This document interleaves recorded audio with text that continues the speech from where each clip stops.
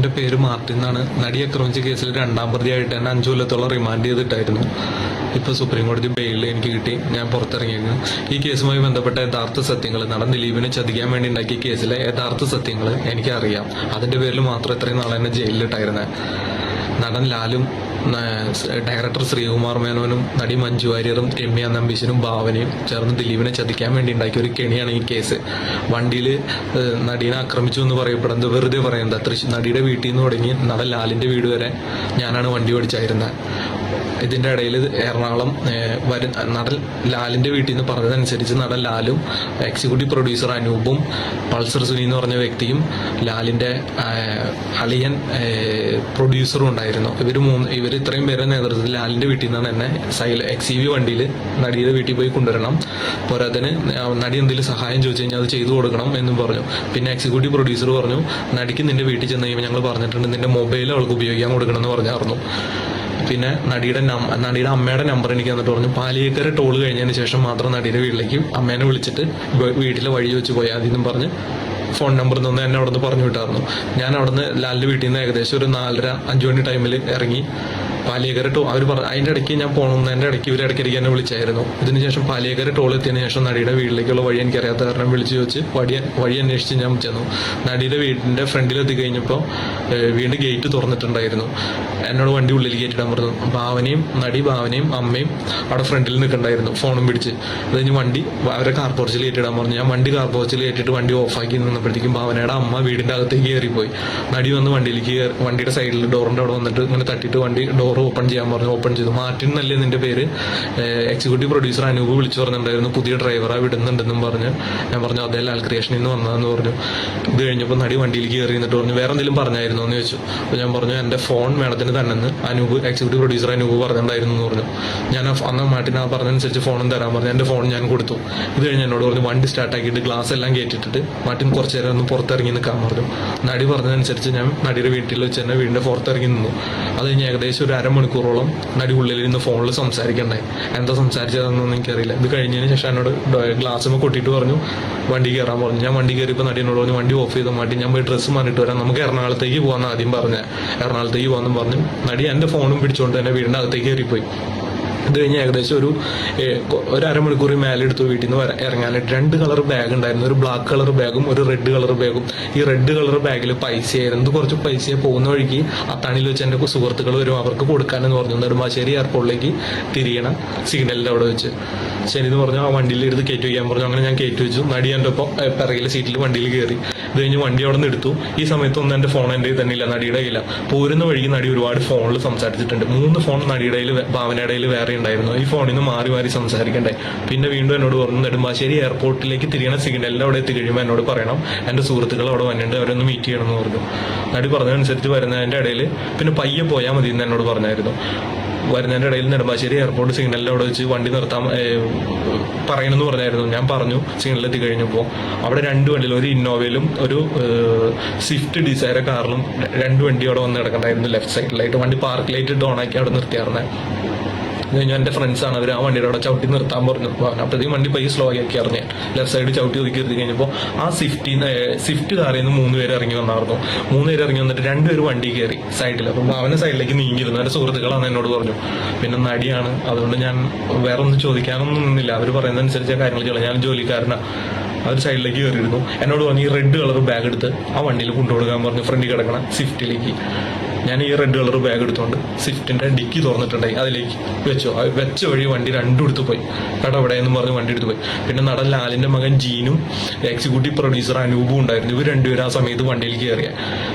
അത് കഴിഞ്ഞ് അവരായിട്ട് സംസാരിച്ചു. അത് ഞാൻ ഈ ബാഗ് വെച്ചുകൊണ്ട് തിരിച്ചു വന്നു കഴിഞ്ഞപ്പോൾ എന്നോട് പറഞ്ഞു വണ്ടി കയറിക്കൊള്ളാൻ പറഞ്ഞു. വണ്ടി കയറി. വണ്ടി വൈറ്റിലേക്ക് എടുക്കാൻ ആദ്യം പറഞ്ഞത്. വൈറ്റിലേക്ക് എടുത്ത് വണ്ടി വൈറ്റിലേക്ക് എടുക്കണതിൻ്റെ ഇടയ്ക്ക് എന്നോട് പറഞ്ഞു എൻ്റെ സുഹൃത്തുക്കളാന്ന് പറഞ്ഞു. അപ്പോൾ ലാലിൻ്റെ മകൻ ജീനെയും എക്സിക്യൂട്ടീവ് പ്രൊഡ്യൂസറിനെ എനിക്കറിയാം, ഞാൻ കണ്ടിട്ടുണ്ട് അവിടെ ലാലിൻ്റെ സ്റ്റുഡിയോയിലോട്ട്. വലിയ ബന്ധമില്ല, അവിടെ വർക്കുമായി ബന്ധപ്പെട്ട് കണ്ടിട്ടുണ്ട്. ഇത് കഴിഞ്ഞ് വണ്ടി എടുത്ത് എടപ്പള്ളിക്ക് എത്തണ എൻ്റെ ഇടയ്ക്ക് വണ്ടി ഇവർ സംസാരിച്ചു. നടി മഞ്ജു വാര്യരുടെ ബോംബെയിലെ ഫ്ലാറ്റിന്റെ സെയിൽ എന്തായിന്ന് ചോദിച്ചു എന്നോടല്ല ഇവര് തമ്മിൽ ഭാവനയോട് ചോദിക്കണം. അപ്പോൾ പറഞ്ഞു എത്രയും പെട്ടെന്ന് നടക്കും, നമ്മൾ വിചാരിച്ച കാര്യങ്ങളൊക്കെ റെഡിയാകാണെങ്കിൽ എന്ന് പറഞ്ഞ് അവർ നിർത്തി. ഇത് കഴിഞ്ഞ് പാലാരിയുടെ പൈപ്പ് ലൈൻ എടപ്പള്ളി, എനിക്ക് കുറച്ച് ക്ലിയർ ആകുന്നില്ല, ഓർമ്മ വന്നില്ല. എടപ്പള്ളി വൈറ്റിലേക്ക് തിരിയണം. അവിടെ വെച്ച് വണ്ടി വൈറ്റിലേക്ക് തിരിക്കാൻ പറഞ്ഞു. വൈറ്റിലേക്ക് തിരിച്ചു വന്നു കഴിഞ്ഞപ്പോൾ പാലാരിയുടെ പൈപ്പ് ലൈനിന്റെ അവിടെ വെച്ച് ഒരാളവിടെ ടൗലും കെട്ടി നിൽക്കണ്ടായിരുന്നു. മുഖത്തൊരു ടൗലും കെട്ടി വണ്ടി സൈഡാക്കാനോട് പറഞ്ഞു. അത് കഴിഞ്ഞ് എന്നോട് പറഞ്ഞു, മാർട്ടിൻ ഇവിടെ ഇറങ്ങിക്കോ, അവിടെ നിന്ന് വണ്ടി അവരെടുത്തോളെന്ന് പറഞ്ഞു. ആ കയറിയ വ്യക്തിയാണ് ഇപ്പോൾ പൾസർ സുനി എന്ന് പറഞ്ഞ ഈ കേസിൽ 1-ാം പ്രതിയായിട്ടുള്ളത്. അപ്പോഴാണ് ഞാൻ അയാളെ കാണുന്നത്. നടൻ ലാലിന്റെ കൂടെ പേഴ്സണൽ ഡ്രൈവറായിട്ട് അയാളെ ഞാൻ 2-3 പ്രാവശ്യം കണ്ടിട്ടുണ്ട്. അല്ലാതെ ഒരു ബന്ധവും ഞാൻ അയാളും തമ്മിലില്ല. ലാൽ ക്രിയേഷനിൽ വർക്ക് ചെയ്യണതാണ് ഈ പൾസർ സുനി എന്ന് പറഞ്ഞ വ്യക്തി. ഇത് കഴിഞ്ഞ് അവിടെ നിന്ന് അനൂപും ഈ പൾസർ സുനിയും പിന്നെ എക്സിക്യൂട്ടീവ് പ്രൊഡ്യൂസർ അനൂപും ജീനും പൾസർ സുനിയും ഇവരും 3 പേരോട് വണ്ടി എടുത്ത് പോയി. എന്നോട് പറഞ്ഞു പിറകിലൊരു വണ്ടിയുണ്ട്, അത് നമ്മുടെ വണ്ടിയാണ്, മാറ്റി അതിൽ കയറി കുറച്ച് നേരം റെസ്റ്റ് ചെയ്യും, ഞങ്ങൾക്ക് കുറച്ച് സംസാരിക്കാനുണ്ടെന്ന് പറഞ്ഞു. ഇവർ വണ്ടി എടുത്ത് പോയി. പിറകിലുള്ള വണ്ടിക്കാരെ ഫോൺ അടിച്ചപ്പോൾ ഞാൻ അതിൽ കയറി. ഒരു കാരവാൻ വണ്ടിയായിരുന്നെന്നാണ് എൻ്റെ കണക്കൂട്ടിലത്. അതിൽ TV ഫെസിലിറ്റികളൊക്കെ ഉണ്ടായി, കിടക്കാനുള്ള ബെഡ്, വാഷ് ബേസിൻ, മറ്റേ മുഖം നോക്കണ മിററൊക്കെ ഉണ്ടായിരുന്നു വണ്ടിയിൽ. പിന്നെ ഭയങ്കര സൗണ്ടിൽ പാട്ടും വെച്ചിട്ടുണ്ടായി, കളർ ലൈറ്റുകളും ഉണ്ടായിരുന്നു. അതിൽ ഡ്രൈവർ ഫോൺ അടിച്ച് വണ്ടി കയറാൻ പറഞ്ഞു. ഞാൻ വണ്ടി കയറി. ഇത് കഴിഞ്ഞ് ഏകദേശം കുറേ നേരം കറങ്ങിയതിന് ശേഷം, ഇത്ര 1 മണിക്കൂർ മേലെ കണ്ട് കറങ്ങിയതിന് ശേഷം കാക്കനാട് ആപ്പിൾ ടവർ എന്ന് പറഞ്ഞൊരു ഫ്ലാറ്റ് ഉണ്ട്, അവിടെ കൊണ്ടുവന്ന് വണ്ടി എന്നോട് നിർത്തിയിട്ട് പറഞ്ഞ് ഇറങ്ങിക്കോളാൻ പറഞ്ഞു. അപ്പോൾ ഞാൻ ചോദിച്ചു, ഞാൻ എന്തിനാ ഇവിടെ ഇറങ്ങണേ, എവിടേക്ക് കൊണ്ടുപോയി എന്നെ, എനിക്കൊരു പിടിയില്ല, കാര്യങ്ങളൊക്കെ ഇങ്ങനെ അവരോട് തർക്കിച്ച് വെച്ച്, നീ പറയുന്നിട്ട് മാഡം ഭാനുമാടം അവിടെ ഉണ്ട്, നീ ഇറങ്ങിക്കോളാൻ പറഞ്ഞു. ഞാൻ വരുന്ന പ്രദേശം ഞാൻ വണ്ടിയിൽ നിന്ന് ഇറങ്ങി. ഞാൻ ഇറങ്ങി ചെല്ലുമ്പോൾ ജീൻ പോളും എക്സിക്യൂട്ടീവ് പ്രൊഡ്യൂസർ അനൂപും പൾസർ സുനിയുടെ ഏറ്റവും അറ്റത്ത് ഭാവന ഇരിക്കുന്നത്, അതിന്റെ സൈഡിൽ പൾസർ സുനി ഇരിക്കുന്നത്, അതിന്റെ അപ്പുറത്ത് ജീനും എക്സിക്യൂട്ടീവ് പ്രൊഡ്യൂസർ അനൂപും ഉണ്ടായി. അവർ രണ്ടുപേരും ഇറങ്ങി. ഭാവന എനിക്ക് നേരെ ഇരുന്നു. ഭാവനയുടെ പുറത്ത് കൈയിട്ട് ഇങ്ങനെ ഇരിക്കാറുണ്ട് പൾസർ സുനി ആ സമയത്ത്. ഇത് കഴിഞ്ഞ് എന്നെ കണ്ടുകഴിഞ്ഞപ്പോൾ എനിക്ക് നേരെ എന്നിട്ട് ഡ്രസ്സ് ഇങ്ങനെ നേരെ ആക്കിയിട്ടു. ഇത് കഴിഞ്ഞ് എന്നോട് പറഞ്ഞു വണ്ടി കയറാൻ പറഞ്ഞു. അപ്പോൾ ഈ അനൂപും ഈ ജീൻ പോളും വണ്ടിയിൽ നിന്ന് ഇറങ്ങി. എന്നോട് പറഞ്ഞു പാലാരിവട്ടത്തേക്ക് വണ്ടി എടുക്കാൻ പറയണം. ഞാൻ വണ്ടി എടുത്തു, നടി പറയുന്നതനുസരിച്ച് ഞാൻ വണ്ടി എടുത്തു. ഈ സമയത്തൊക്കെ എൻ്റെ മൊബൈലൊക്കെ ആ സമയത്തൊക്കെ ഭാവനയുടെ ഇല്ല. ഞാൻ വണ്ടി എടുത്തു. പാലാരിവട്ടത്ത് പോണതിൻ്റെ ഇടയ്ക്ക് അവർ സംസാരിച്ചു, സുനി പറഞ്ഞതൊക്കെ ഓർമ്മയുണ്ടല്ലോ, എല്ലാ കാര്യങ്ങളും നമ്മൾ ഗോവയിൽ വെച്ച് പ്ലാൻ ചെയ്തോണായിരിക്കണം, ഒന്നിലൊരു മാറ്റം ഉണ്ടാകരുത്. ലാലേട്ടൻ്റെ അടുത്തും രമ്യ നമ്പീശിൻ്റെ അടുത്തും മഞ്ജുവിൻ്റെ അടുത്തും ശ്രീകുമാറിൻ്റെ അടുത്തും ഞാൻ സംസാരിച്ചിട്ടുണ്ട്, എല്ലാ സപ്പോർട്ടും അവർ ചെയ്തോളും. പിന്നെ പറഞ്ഞു എനിക്ക് അവനെ തകർക്കണം, അത്രമാത്രം വാശി എനിക്കിരിക്കുന്നുണ്ട്, സിനിമ ഫീൽഡിൽ നിന്ന് അവനെ ഔട്ടാക്കണം. എല്ലാം കഴിഞ്ഞ അവസാനം കരഞ്ഞവൻ എൻ്റെ കാല് പിടിച്ച് വരും, ആ ഒരു അവസരത്തിന് വേണ്ടി ഞാൻ കാത്തിരിക്കണേ എന്നുള്ള കാര്യങ്ങളൊക്കെ ഭാവന പൾസർ സുനിയോട് പറയണം. പൾസർ സുനിയൊക്കെ മൂളി കേൾക്കുന്നുണ്ട്. ഇത് കഴിഞ്ഞിട്ട് സിനിമ ഫീൽഡിൽ നിന്ന് എനിക്ക് അവനെ ഔട്ടാക്കണം, സാമ്പത്തികമായിട്ട് തന്നെ അവനെ തകർക്കണം, എല്ലാത്തിൻ്റെ അവസാനം അവൻ എന്നുള്ള വാക്കാണ്. അതുകൊണ്ട് എനിക്ക് അവനെ തകർക്കണം, കരഞ്ഞ് എൻ്റെ അടുത്ത് വരും, കാല് പിടിച്ച്, ആ ഒരു അവസരത്തിന് വേണ്ടി ഞാൻ കാത്തിരിക്കണേ എന്നൊക്കെ ഒരുപാട് പേര് സംസാരിച്ചു. പിന്നെ പറഞ്ഞു സുനിക്ക് വേണ്ട എല്ലാ സഹായങ്ങളും ബഷീറിക്കയും ലാലും എല്ലാവരും ചെയ്തോളും. പിന്നെ ജയിലിൽ നിന്ന് ഫോൺ ചെയ്യുമ്പോഴായാലും ലെറ്റർ എഴുതുമ്പോഴായാലും ഭീഷണിയുടെ സ്വരം ഉണ്ടായിരുന്നു, പ്രത്യേകം ശ്രദ്ധിക്കണം നാദൃശ്യനെയും ആ പുണ്യനെയും വിളിക്കുമ്പോൾ. ഇതിങ്ങനെ എടുത്തു പറയണ്ടേ. ഇപ്പോഴൊന്നും എനിക്ക് കാര്യങ്ങൾ മനസ്സിലാകണ്ടായിരുന്നില്ല എന്തിനുള്ള ഇതായിരുന്നു എന്നുള്ളത്. എൻ്റെ ജീവിതത്തിൽ ഇന്നവരെ എൻ്റെ പേരിൽ ഒരു കേസ് പോലും ഉണ്ടായിട്ടില്ല. ആദ്യമായിട്ട് ഒരു കേസ് വന്നേക്കണം, പെറ്റി കേസ് പോലും ഉണ്ടായിട്ടില്ല. ഇത് കഴിഞ്ഞ് പാലാരിയുടെ പൈപ്പ് ലൈൻ എത്തിക്കഴിഞ്ഞപ്പോൾ ഭാവന വണ്ടി നിർത്താനോട് പറഞ്ഞു. ഞാൻ വണ്ടി നിർത്തി. സുനി ഭാവന തമ്മിൽ കെട്ടിപ്പിടിച്ചിട്ട് ചുണ്ടോട് ചുണ്ട് ചേർത്ത് കിസ് ചെയ്തിട്ട് അവർ ഇറങ്ങി. എന്നിട്ട് കൈ കൊണ്ട് ഒരു ആക്ഷനൊക്കെ ഇങ്ങനെ കാണിച്ചിട്ട് സുനി ഇറങ്ങിപ്പോയി. സുനി ഇറങ്ങി പോണേക്കും എന്നെ പറഞ്ഞു, ഡോർ തുറക്കണേക്കും എന്ന് പറഞ്ഞു, ഈ ഡ്രൈവർ ഒരു പ്രശ്നമാവില്ല എന്ന് പറയണം. അപ്പോൾ ഭാവന പറഞ്ഞു ഒരു പ്രശ്നമില്ല, അവൻ്റെ കാര്യം ഞാൻ ഏറ്റെന്ന് പറഞ്ഞു. ഇത് കഴിഞ്ഞ് അവിടെ നിന്ന് സുനി, പൾസർ സുനി എന്ന് പറഞ്ഞ വ്യക്തി പോവാണ്. ഇത് കേസിന് പിടിച്ചു കഴിഞ്ഞപ്പോഴാണ് പൾസർ സുനി എന്നുള്ള വ്യക്തിയാണെന്നുള്ളത് എനിക്ക് അറിയാൻ പറ്റിയ. ഇത് കഴിഞ്ഞ് ഒരു പൾസർ സുനി ഇറങ്ങിപ്പോയതിനു ശേഷം എന്നോട് ഭാവന പറഞ്ഞു നേരെ ലാലിൻ്റെ വീട്ടിലേക്ക് വണ്ടി വിടാൻ പറയാണ്. ഞാൻ ഭാവന പറഞ്ഞതനുസരിച്ച് ലാലിൻ്റെ വീട്ടിലേക്ക് വണ്ടി വിട്ടു. പോണ വഴിക്ക് നടി എന്നോട് പറഞ്ഞു, മാർട്ടി ഇപ്പം നടന്നതും കണ്ടതുമായ ഒരു കാര്യം നീ ആരോടും പറയാൻ നിൽക്കണ്ട, എന്നെക്കാളും വലിയ ശക്തികളാണ് അവര്, ഭരണപക്ഷത്തായാലും എല്ലാ രീതിയിലും നല്ല അധികാര കേന്ദ്രത്തിലിരിക്കുന്നവരെങ്കിലും നല്ല ബന്ധത്തിലാണ്. നീ ലാലേന്റെ വീട്ടിൽ ചെന്ന് കഴിയുമ്പോൾ ലാലേട്ടൻ എന്താ പറയണേ അതനുസരിച്ച് കേട്ടാൽ മാത്രം മതി, വേറെ ഒന്നും ചെയ്യണ്ട. പിന്നെ എന്തെങ്കിലും ഒരു ബുദ്ധിമുട്ട് ഉണ്ടായി കഴിഞ്ഞാൽ മാറ്റി നിന്റെ വീട്ടുകാർക്കും നിനക്ക് ഉൾപ്പെടെ ബുദ്ധിമുട്ടുകളാണ്, നീ ഒരു കാര്യം ആരോടും പറയണ്ട. അവിടെ ചെന്ന് കഴിയുമ്പോൾ ലാലേട്ടൻ എന്താ പറയുന്നത് അതനുസരിച്ച് കേട്ടാൽ മതി. മാർട്ടിന്റെ ഫോൺ ഇതങ്ങോട്ട് പോയി എന്ന് വിചാരിച്ചേക്കാൻ പറഞ്ഞു, ലാലേട്ടനെ ഏൽപ്പിച്ചേക്കാം അങ്ങനെയും പറഞ്ഞു അതിൻ്റെ ഇടയിൽ. ഇത് കഴിഞ്ഞ് ഞാൻ ലാലിന്റെ വീട്ടിലേക്ക് വണ്ടി ഗേറ്റിൻ്റെ അവിടെ എത്തി കഴിഞ്ഞപ്പോൾ വണ്ടി കുറച്ചുകൂടി അവിടെ കയറ്റിട്ട് പറഞ്ഞു, വണ്ടി നിർത്താൻ നിർത്തി. പറഞ്ഞ ഗവൺമെന്റിൽ ഒരു കാര്യം ആരോടും പറയണ്ട, മാറ്റി എവിടെയായിരുന്നാലും അവരുടെ ശ്രദ്ധ ഉണ്ടാവും മാറ്റിന്റെ മേലെ, അതുകൊണ്ട് ഒന്നും ആരോടും പറയണ്ട. പിന്നെ ലാലേട്ടൻ എന്താ പറയുന്നത് അതനുസരിച്ച് കാര്യങ്ങൾ പറഞ്ഞാൽ മാത്രം മതി എന്ന് പറഞ്ഞു. എന്നിട്ട് വണ്ടി ഉള്ളിൽ കയറ്റിടാൻ പറഞ്ഞു, സിറ്റൗട്ടിലേക്ക് വണ്ടി കയറ്റിട്ടു. വണ്ടി കയറ്റിട്ടിരുന്നപ്പോൾ ലാല് ഡോറിന്റെ ഫ്രണ്ടിൽ നിൽക്കണ്ടായിരുന്നു. ഡോറ് ഇങ്ങനെ പുറത്തുനിന്ന് ക്ലോസ് ചെയ്തിട്ട് പുറത്ത് പകുതി തുറന്നിട്ടിട്ട് ഭാവന കണ്ടുപിടി ഭാവന ഓടിച്ചെന്ന് ലാലിനെ കെട്ടിപ്പിടിച്ച് അവർ അങ്ങോട്ട് ചെറുതായിട്ട് ഹഗ്ഗൊക്കെ ചെയ്ത് ഉമ്മയൊക്കെ വെച്ചെന്ന് കൊണ്ട് അവിടുത്തെ ശ്രദ്ധിച്ചില്ല. അപ്പോൾ ഞാനാകെ ടെൻഷനിലായിരുന്നത് എന്താണെന്നൊന്നും മനസ്സിലാകണില്ല. അത് കഴിഞ്ഞ് ലാല് ഭാവനെ വീണ്ടും ഉള്ളിൽ കയറ്റിട്ട് ഡോർ ക്ലോസ് ചെയ്തിട്ട് ഇങ്ങനെ അടുത്തേക്ക് വന്നിട്ട് മാർട്ടിൻ ഇങ്ങനെ ഇറങ്ങി വരാൻ പറഞ്ഞു. ഞാൻ ഇറങ്ങി ചെന്ന വഴി പറഞ്ഞു, മാർട്ടിൻ ഇപ്പോൾ കണ്ടതും കേട്ടതുമായ ഒരു കാര്യം ആരോടും പറയരുത്. പറഞ്ഞു കഴിഞ്ഞാൽ മാർട്ടിനെ ഞാൻ കൊന്നു കളയും, ഒരു തെളിവ് പോലും ഇല്ലാണ്ട് നശിപ്പിച്ച് കളയും, വീട്ടുകാരെയും ഞാൻ ഉപദ്രവിക്കും. അത് നീ മറക്കണ്ട. നീ എവിടെയായിരുന്നാലും എൻ്റെ ആൾക്കാർ നിന്നെ വാച്ച് ചെയ്യാനുണ്ടാവും. അതുകൊണ്ട് നീ ഒരു കാര്യം ആരോടും പറയണ്ട. പിന്നെ ആരെന്ത് ചോദിച്ചാലും നടൻ ദിലീപും കാവ്യമാധവനും ഒരു ഹോട്ടൽ റൂമിൽ കാണാൻ പാടില്ലാത്ത സാഹചര്യത്തിൽ തടി ഭാവന കണ്ടു. ഈ വിവരം ഭാവന ദിലീപിന്റെ ഭാര്യ മഞ്ജു വാര്യരെ വിളിച്ചറിയിച്ചു. ഇതുള്ള വ്യക്തിവൈരാഗ്യം കാരണം ദിലീപിന് ഭാവനോട് വൈരാഗ്യമായി. ഈ വൈരാഗ്യത്തിന്റെ പുറത്ത് ഭാവനയെ ഉപദ്രവിക്കാൻ ദിലീപ് പൾസർ സുനി എന്ന് പറഞ്ഞ വ്യക്തിക്ക് കൊട്ടേഷൻ കൊടുത്തു എന്ന് മാത്രം നീ പറഞ്ഞേക്കാം. വേറെ ഒരു കാര്യം നീ പറയണ്ട. എല്ലായിടത്തും എൻ്റെ ആൾക്കാരുണ്ട്. നീ നിന്റെ വായന്ന് വീണ കാര്യങ്ങളൊക്കെ ശ്രദ്ധിക്കുക, ആൾക്കാരുണ്ടാവും. പിന്നെ എല്ലാ കാര്യവും ഞാൻ പറയുമ്പോൾ മതി. വേറൊരു ആരും എന്ത് ചോദിച്ചാലും ഇത് മാത്രം പറഞ്ഞാൽ മതി എന്നും പറഞ്ഞ് അവിടെ എന്നെ മാറ്റി വെച്ചിട്ട് കഴുത്തി പിടിച്ചിട്ട് അല്ല 2 കൂലിക്ക് തുറന്ന് പറഞ്ഞു കേട്ടാ എന്നൊക്കെ പറഞ്ഞ് കുറേ ഭീഷണിപ്പെടുത്തി. ആളുകൊണ്ടും ആൾബലം കൊണ്ടും പൈസയും കൊണ്ടുള്ള സ്വാധീനം എനിക്കുണ്ടെന്നൊക്കെ പറഞ്ഞ് കുറേ ഡയലോഗുകൾ പുള്ളി അടിച്ചായിരുന്നു. സ്മോൾ കഴിച്ചിട്ടുണ്ടായിരുന്നു. സ്മോളിന്റെ മണം ഉണ്ടായിരുന്നു പുള്ളിയുടെ വായിന്ന്. ഇത് കഴിഞ്ഞ് എൻ്റെ ഒരു 3 വെള്ള പേപ്പർ ഒപ്പിടിച്ച് വാങ്ങിച്ചായിരുന്നു. ഇത് നീ എൻ്റെ നിന്ന് ലക്ഷങ്ങൾ വാങ്ങിച്ചങ്ങളെ തെളിവാന്നും പറഞ്ഞുകൊണ്ട് അപ്പോഴും ഞാൻ ചോദിക്കുന്നത് സാറേ എന്താ ഇപ്പം തന്നെ എൻ്റെ മോമിക്കാരായിട്ട് ഇടിച്ചു. പിന്നെ കുറേ കഴിഞ്ഞ് കഴിഞ്ഞപ്പോൾ ഒരു 5 മിനിറ്റോളം കഴിഞ്ഞ് കഴിഞ്ഞപ്പോൾ അവിടെ പ്രൊഡ്യൂസർ ആൻഡോ ജോസഫും വേറൊരു 3-4 പേരും അവിടെ ഉണ്ടായിരുന്നു. ആരൊക്കെയാണെന്ന് എനിക്ക് വ്യക്തമല്ല. കണ്ടു കഴിഞ്ഞാൽ എനിക്കറിയാം. ഒരു 3-4 മിനിറ്റിന് ശേഷം ലാലി ഫോൺ എടുത്ത് DGP ലോകനാഥ് ബെഹ്റയെ വിളിച്ചിട്ട് സാറേ ആ ഡ്രൈവർ വേനും ഓടി ഉണ്ടെന്ന് മാത്രം പറയണേ, ഞാൻ കേട്ടായിരുന്നു കുറച്ച് നീങ്ങിന്ന്. എന്നിട്ട് ഫോൺ കട്ട് ചെയ്തു. ഇത് കഴിഞ്ഞപ്പോൾ അവിടെ യതീഷ് ചന്ദ്ര എന്ന് പറഞ്ഞ അസിസ്റ്റന്റ് കമ്മീഷണർ അങ്ങാണ്ടായിരുന്നു. പുള്ളി അന്ന് വന്നിട്ട് വണ്ടി ഇന്നോവയിലെ വന്നായിരുന്നു, യൂണിഫോമൊന്നും ഇല്ലാണ്ട് വന്ന് എന്നെ മാറ്റി നിർത്തിക്കൊണ്ട് ചോദിച്ചു എന്താണ് മാറ്റി സംഭവിച്ചത്, എന്താണ് കാര്യങ്ങൾ. അപ്പോൾ ഞാൻ ഈ കാര്യങ്ങൾ തന്നെ പറഞ്ഞുകൊണ്ടിരുന്നു. പുള്ളി ഇതൊന്നും ക്ലിയർ അല്ല, മാറ്റിൻ്റെ ഫോൺ എവിടെയാന്ന് നിൽക്കുന്നത്. ഞാൻ പറഞ്ഞു എൻ്റെ ഫോൺ അടിയിട്ടില്ല, അപ്പോൾ അങ്ങനെ അല്ല. അപ്പോൾ അവർ പുള്ളി അത് വിശ്വസിക്കാത്ത രീതിയിൽ മാറ്റിക്കൊണ്ട് വന്നേ, മാറ്റിൻ്റെ ഒരു മൊഴി എടുത്തിട്ട് വിട്ടേക്കാം എന്ന് പറഞ്ഞു.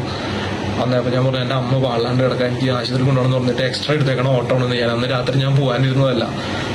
അങ്ങനെ പറഞ്ഞു പുള്ളി പറഞ്ഞു മാറ്റിന്റെ മൊഴി മാത്രം വെറുതെ എഴുതിയെടുക്കുള്ളൂ, എന്നിട്ട് മാറ്റിനെ വിട്ടേക്കാന്നും പറഞ്ഞു. അങ്ങനെ തൃക്കാക്കര സ്റ്റേഷനിലേക്ക് എന്നെ കൊണ്ടുപോകണേ.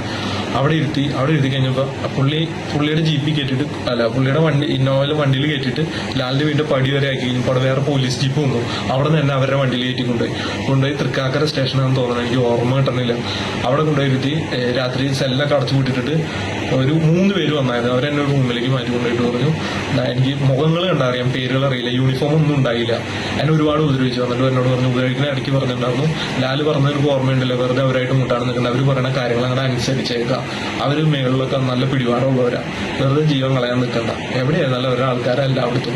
അതും പറഞ്ഞ് ഒരുപാട് ഉപദ്രവിച്ചു. ഒരുപാടെന്ന് പറഞ്ഞു കഴിഞ്ഞാൽ എന്നെ ഒരുപാട് ഉപദ്രവിച്ചു. അത് പറഞ്ഞറിയിക്കാൻ പറ്റാത്ത രീതിയിൽ ഉപദ്രവിച്ചു. എന്നെ നാഭി തുടങ്ങി എല്ലായിടത്തും നല്ല രീതിയിൽ എന്നെ ഉപദ്രവിച്ചു. അതായത് അവരതിൻ്റെ ഇടയ്ക്ക് പറയുന്നുണ്ട് ചതവ് മാത്രം വന്നാൽ മതി, പാടുകൾ വരെടുത്ത് വെളുത്ത ശരീരമായതുകൊണ്ട് കോടതിയിൽ ഹാജരാക്കും. അപ്പോൾ എനിക്ക് അറിയില്ല എന്താ കാര്യങ്ങളൊന്നും, കോടതി പോലും പറയാനുള്ള ഒരു ഇത് എനിക്ക് അറിയില്ലായിരുന്നു. കേസ് എൻ്റെ പേരിൽ ആദ്യമായിട്ട് കോടതിയിൽ ഹാജരാക്കുമ്പോൾ പാടൊന്നും കാണരുത്, മെഡിക്കലിന് കൊണ്ടുപോകുമ്പോൾ ഉള്ളിൽ ചട്ട കിടാവുന്ന രീതിയിൽ നല്ല ഇത് കൊടുക്കാൻ പറയണ്ട, ഒരു 3 പേര് ഇരുന്ന്. പിന്നെ അവർ ലാല് പറഞ്ഞതനുസരിച്ച് ചെയ്തേക്കാം, മെനക്കെടുത്തരുത്, ഞങ്ങളുടെ കൈക്ക് പണി ഉണ്ടാക്കരുത് എന്നൊക്കെ പറഞ്ഞ് ഒരുപാട് ഭീഷണിപ്പെടുത്തി.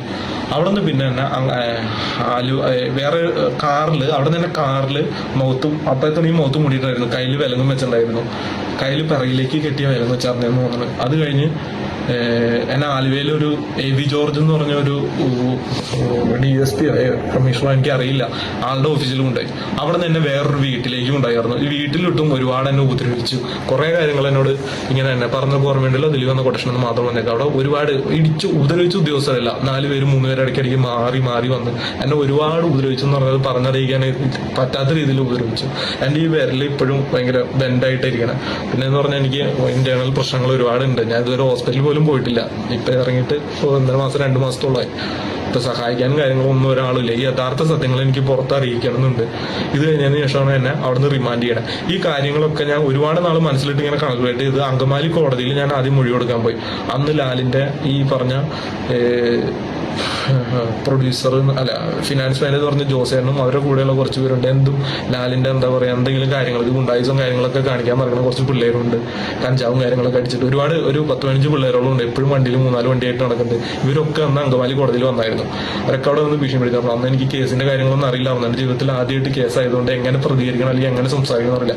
ഇവരെ കണ്ടപ്പോഴും പിന്നെ പോലീസുകാരുടെ ഡയലോഗ് ഉണ്ടായി, മാധ്യമങ്ങളുണ്ട്, ഒരു കാര്യം നീ പറയാൻ നിൽക്കണ്ട, ഇതാണ് ബാക്കി സുനി നടത്തിക്കോളും, നീ ഒന്നും മാധ്യമങ്ങളോട് സംസാരിക്കാൻ നിൽക്കണ്ട എന്നൊക്കെ പറഞ്ഞിട്ട് പോലീസ് പോലീസുകാരുടെ ഭാഗത്തുനിന്നും ഇവരിങ്ങനെ നോക്കി നിൽക്കാറുണ്ട് 10-15 പേര്. അപ്പൊ എന്റെ അപ്പച്ചനും അമ്മയും വന്ന് അവിടെ നിൽക്കുന്നുണ്ട്. ഇനി അവരെ ഉപദ്രവിക്കുകയോ എന്നുള്ള പേടികളൊക്കെ എനിക്കുണ്ടായി. ഞാൻ അതുകൊണ്ട് ഒന്നും മിണ്ടിയില്ല. ഇത് കഴിഞ്ഞ് കോടതിയിൽ എനിക്ക് ബഹുമാനോടെ കോടതി മുമ്പാകെ രഹസ്യമായിട്ട് മറ്റാരും കേൾക്കാതെ പറയാനുണ്ട്, എന്റെ ജീവന് ഭീഷണിയുണ്ട് ലാലിന്റെ അടുത്തുനിന്നും, നടൻ ലാലിന്റെ അടുത്ത് എന്റെ ജീവന് ഭീഷണി ഉണ്ടെന്ന് പറഞ്ഞുകൊണ്ട് ഞാൻ കോടതിയിൽ സങ്കടം പറഞ്ഞു. കോടതി പറഞ്ഞു എന്താ പറയാനുള്ളതെന്ന് ചോദിച്ചു. ഞാൻ പറഞ്ഞു എനിക്ക് മറ്റാരും കേൾക്കാതെ ബഹുമാനന്റെ കോടതി മുമ്പാകെ പറയാനുള്ളതെന്ന് പറഞ്ഞപ്പോൾ എന്റെ അപ്പച്ചനെയും എന്റെ കേസ് എടുത്താൽ ആദ്യത്തെ വക്കീലിനെയും മാത്രം ഇട്ടുകൊണ്ട് അങ്കമാലി കോടതിയുടെ ഷട്ടർ അടച്ചുകൊണ്ട് പറയാനുള്ളത് പറയാൻ പറഞ്ഞു. ഞാനപ്പോൾ ഈ സത്യസന്ധമായ ഈ കാര്യങ്ങൾ എല്ലാം ഞാൻ പറഞ്ഞു കഴിഞ്ഞപ്പോൾ എന്നോട് കോടതി പറഞ്ഞു ഇത് എഴുതി തരാൻ പറ്റുമെന്ന് ചോദിച്ചു. ഞാൻ പറഞ്ഞു എഴുതി തരാമെന്ന് പറഞ്ഞു. അങ്ങനെ എന്നെ മണിക്കൂറുകളോട് അവിടെ ഇരുത്തി എഴുതിയെടുത്തു. ജയിലിൽ നിന്ന് നേരിട്ട് കൊണ്ടുവന്ന് എഴുതിയെടുത്തതിന് ശേഷം എനിക്ക് ജയിലിൽ ഭയങ്കര സുരക്ഷ ഏർപ്പാടാക്കിയിട്ടുണ്ടായിരുന്നു. അവിടെ നിന്ന് ഇറങ്ങണ വരെ എനിക്കൊരു ബുദ്ധിമുട്ടുണ്ടായിരുന്നില്ല. ഈ കാര്യങ്ങളൊക്കെ വിചാരണ കോടതി ഇപ്പൊ കുറ്റപത്രം കൊടുത്താലും ഇപ്പൊ മജിസ്ട്രേറ്റ് കോടതിക്ക് ഇടപെടുന്നതിന് പരിധിയുണ്ട്. ഇത് വിചാരണ കോടതിയാണ് ഇതിന്റെ കാര്യങ്ങൾ തീരുമാനിക്കണം. ഇത് കേസിന്റെ മെറിറ്റ് ഭാഗങ്ങളാ മാറ്റൻ വക്കീലിനെ കൊണ്ട് അവിടെ പറയിപ്പിച്ചാൽ മതി. ഈ കാര്യങ്ങൾ ഞാൻ സീൽ വെച്ച കവറിൽ അങ്ങോട്ട് ഫോർവേഡ് ചെയ്യാന്ന് പറഞ്ഞു. എന്നിട്ട് അതിന്റെ കോപ്പി വക്കീലിന് കൊടുക്കാന്ന് പറഞ്ഞു. അത് കിട്ടിയില്ലെന്നൊന്നും എനിക്കറിയില്ല. ഈ സാധനം ഇപ്പൊ പൂഴ്ത്തി വെച്ചേക്കാണ് അവര്. യഥാർത്ഥത്തിൽ ദിലീപ് അറസ്റ്റ് ആയി കഴിഞ്ഞപ്പോഴാണ് ദിലീപ് എന്നുള്ള നടനെ തകർക്കാൻ വേണ്ടി ഉണ്ടാക്കിയ കേസാണിത് എന്നുള്ളത്. ഇതാണ് യഥാർത്ഥ സത്യങ്ങൾ. ഇതെനിക്ക് പൊതുസമൂഹത്തിനെയും ബഹുമാനപ്പെട്ട കോടതി മുമ്പാകെയും ദിലീപ് എന്നെ അറിയിക്കണമെന്നുണ്ട്. ഒരു നിവർത്തിയില്ല. ഞാനൊരു സാധാരണക്കാരൻ. ഇനി എന്റെ ജീവന് എന്ത് സംഭവിച്ചാലും അതിന്റെ പരിപൂർണ്ണ ഉത്തരവാദിത്യം നടൻ ലാലിനും ശ്രീകുമാർ മേനോനും മഞ്ജു വാര്യർക്കും രമ്യ നമ്പീശനും ഭാവനയ്ക്കും ആയിരിക്കും. മാർട്ടിൻ എങ്ങനെയാണ് ലാലുമായിട്ട് പരിചയമായത്? നടൻ ലാലിന്റെ കൂടെ ഞാൻ ജൂനിയർ ആർട്ടിസ്റ്റൊക്കെ ആയിട്ട് വർക്ക് ചെയ്ത സിനിമാ ഫീൽഡിൽ പോകാറുണ്ടായിരുന്നു. അവിടെ നിന്ന് ലാൽ ക്രിയേഷനിലെ ഒരു പ്രൊഡക്ഷൻ കൺട്രോളറായിട്ട് ബന്ധപ്പെട്ട് അങ്ങനെ ഇടയ്ക്കിടയ്ക്ക് വിളിക്കാറും സംസാരിക്കാറുണ്ട്. അപ്പൊ എന്നോട് പറഞ്ഞു ഡ്രൈവറായിട്ട് വരാമോ എന്ന് ചോദിച്ചു. ഞാൻ പറഞ്ഞു അങ്ങനെ വരാമെന്ന് പറഞ്ഞു. അങ്ങനെ ജോലി ഇല്ലാത്തപ്പോൾ അതിന്റെ സമയത്ത് ഞാൻ പാർട്ട് ടൈം പഠിക്കാനും ജോലിയായിട്ട് പോകുമായിരുന്നു. അങ്ങനെ പോയി പരിചയം കഴിഞ്ഞപ്പോൾ എന്നെ വീട്ടിലെ പേഴ്സണൽ ഡ്രൈവറും കാര്യങ്ങളും 4 വർഷത്തോളം നടൻ ലാലിന്റെ കൂടെ. ആ വിശ്വാസത്തിന്റെ പേരിൽ വേറെ എന്തെങ്കിലും ഇതുപോലത്തെ അവിടെ അനുഭവങ്ങൾ ഉണ്ടായിട്ടുണ്ടോ? നടൻ ലാലിന് ഒരുപാട് ഇല്ലീഗൽ ബിസിനസ്സുകളുണ്ട്. ഒരുപാട് എന്തൊക്കെയാണ്? ഒരുപാട് എന്ന് പറഞ്ഞു കഴിഞ്ഞാൽ എടുത്ത് പുറത്ത് പറയാത്ത രീതിയിൽ കുഴപ്പണ ഇടപാടുകളും ഗോൾഡിന്റെ ബിസിനസ്സുകളും ഒരുപാടുണ്ട്. ഒരുപാട് സ്ഥലത്ത് തന്നെ വിട്ടിട്ടുണ്ട്. എയർപോർട്ടിൽ നിന്നൊക്കെ കളക്ട് ചെയ്ത് കൊണ്ടുവരാനൊക്കെ ആയിട്ട്. അപ്പൊ ഞാൻ വിശ്വസ്തയോടെ കോടികളുടെ സാധനങ്ങളൊക്കെ ഉണ്ട്. വിശ്വസ്തയോടെ ഞാൻ കൊണ്ടുവന്ന് ഏൽപ്പിക്കാറുണ്ട്. അത്രയും വിശ്വാസമായിട്ട് നിന്ന് എന്നെയാണ് ചതിച്ച് ഇത്രയും കൊല്ലം ജയിലിലിട്ടത്. അപ്പം ഭാവനയ്ക്ക് യാതൊരു ഉപദ്രവവും അതിനകത്ത് ഉണ്ടായിട്ടില്ല. സത്യസന്ധമായ കാര്യം. ഒരു വീഡിയോ ആരും എടുത്തിട്ടില്ല. ഇല്ല, ഒന്നും ഉണ്ടായിട്ടില്ല. പിന്നെ ഇപ്പൊ ഉണ്ടെന്ന് പറയുന്നത് കോടതി കൊടുത്തേക്കണെന്ന് അവർ പറയണത് ഇവര് ഗോവയിൽ ഈ ഷൂട്ടിങ്ങുമായി ബന്ധപ്പെട്ട് പൾസർ സുനി ഉൾപ്പെടെ ലാൽ ഉൾപ്പെടെ ജീൻ പോൾ ഉൾപ്പെടെ എല്ലാവരും ഇവർ ഒരുമിച്ചുണ്ടായി എന്ന് പറഞ്ഞു. അതിന്റെ മുന്നത്തെ ഒരാഴ്ചകളിൽ ഇതിങ്ങനെ റൂമിൽ വെച്ച് എടുത്തേക്കണമെന്നാണോ എന്നൊരു സംശയമുണ്ട് ആ വീഡിയോകള്. അല്ലാതെ ഈ പറയുന്ന മാധ്യമങ്ങൾ പറഞ്ഞുണ്ടാക്കുന്ന രീതിയിൽ ഒരു സാധനമുണ്ട്. ഞാൻ ദൃക്സാക്ഷിയാണ്. നടൻ ദിലീപിനെ തകർക്കാൻ വേണ്ടി ഉണ്ടാക്കിയ ഒരു കേസാണ് 100%. ഭാവനയ്ക്ക് ഇത്രയും ദേഷ്യം വരാൻ കാര്യം ഭാവനേനെ കല്യാണം കഴിക്കണമെന്നെന്തോ ഒരു ഇത് നിൽക്കണം. അതിന്റെ ഇടയ്ക്കാണ് കാവ്യനെ കല്യാണം കഴിച്ചതെന്ന് പറയുന്നത്. പിന്നെ സാമ്പത്തിക ബുദ്ധിമുട്ടുകൾ എന്തോ ഉണ്ടായിന്ന് പറയുന്നത്. പിന്നെ മഞ്ജു വാര്യറിന് ഓട്ടോമാറ്റിക്കലി ദിലീപിനോട് ദേഷ്യം ഉണ്ടായിരുന്നു. പിന്നെ മഞ്ജുവിന് കൈയുണ്ട്. മഞ്ജു വാര്യർ, ദിലീപ്, ശ്രീകുമാർ മേനോൻ എന്ന് പറഞ്ഞ ഡയറക്ടർ, നടൻ ലാല്, പിന്നെ ഭരണപക്ഷത്തിരിക്കുന്ന ഒരുപാട് പേരുണ്ട്. അവരുടെ പേരുകൾ പറയാൻ എനിക്ക് ഭയങ്കര ബുദ്ധിമുട്ടുണ്ട്. എന്റെ ജീവന് തന്നെ ഭീഷണിയായിട്ട് നിൽക്കണം ഞാൻ. ഈ എല്ലാ കാര്യങ്ങളും ഞാൻ ബഹുമാനപ്പെട്ട കോടതി മുമ്പാകെ സത്യസന്ധമായിട്ടെല്ലാം പറഞ്ഞതാണ്. അതിൽ അവിടെ എഴുതിയിട്ടുണ്ട്. വിചാരണ കോടതിയിൽ വരുമ്പോൾ താൻ സേഫ് ആവും. ഞാൻ തെറ്റ് ചെയ്തിട്ടില്ല. ആ ഒരു വിശ്വാസം. അതല്ല, വിചാരണ കോടതിയിൽ താൻ സത്യം മാത്രമേ പറഞ്ഞിട്ടുള്ളൂ. സത്യം മാത്രമേ പറഞ്ഞു. അത് അവരവിടെ രജിസ്റ്റർ ആയിട്ട് എഴുതിയിട്ടുണ്ടെന്നുള്ളതാണ് തന്റെ വിശ്വാസം. എങ്ങനെയാണെന്ന് എനിക്കറിയാം. ലാലിന് വേറെ എന്തൊക്കെ വിശേഷം ഈ സിനിമയായിട്ട് ബന്ധപ്പെട്ട്? ഒരുപാട് അണ്ടർവേൾഡ് ബിസിനസ്സുകളുണ്ട്. അതിന് ദിലീപിനോട് ഇത്രയധികം ദേഷ്യം വരാൻ കാരണം അറിയില്ല. പേഴ്സണൽ വിഷയങ്ങൾ എനിക്കറിയില്ല.